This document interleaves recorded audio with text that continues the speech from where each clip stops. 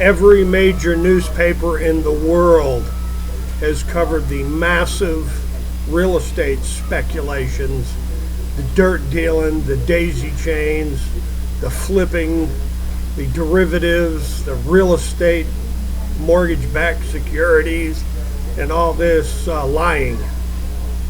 It seems that lying using MERS and lying using all the title insurance companies and lying using all the escrow and mortgage companies and the mortgage brokers and FHFA and the VA and HUD and Fannie Mae and Freddie Mac.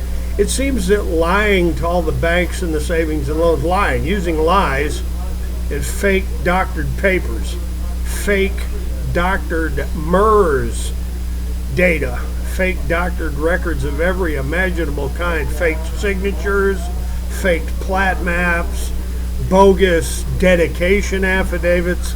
That one's for the FBI, and that one's for the Secret Service and Postal Inspection, and of course the Department of Justice. The fake subdivision plat dedications on all those unrecorded, illegal, felonious, balonious, colonious. This is going to be one of my final entries in my marathon running entries of over 35 years of exposing the massive financial looting of America's savings accounts and pensions and the unimaginable massive bailouts, the funding of all the fraud by the United States government, U.S. Treasury, and the Federal Reserve. The Federal Reserve loves to pump huge amounts of out of thin air, right out of nothing, right out of thin air, keystroked and printed reserve notes to bail all this bullshit out. To all my friends, family, and to the people who've been following my blogs and writings all these years, thank you so much for your support. Thank you so much for your love, and thank you so much for your patience. It's been a vast, huge story to cover. The numbers of fraudulent real estate transactions simply boggle the mind. To some little friends over in Tri-Cities there around Johnson City, Tennessee, liar's loans are a pretty interesting way to swindle large amounts of money out of mortgage companies. We're going to get to the bottom of that in the U.S. District Courts in Greenville, Tennessee.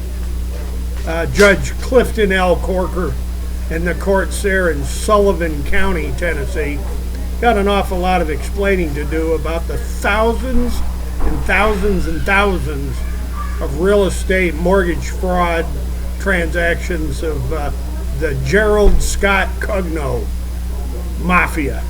Sorry, Mr. Cugno, but man, I'll tell you what, lying, and the lying liars that tell the lies. This is the problem, Mr. Cugno.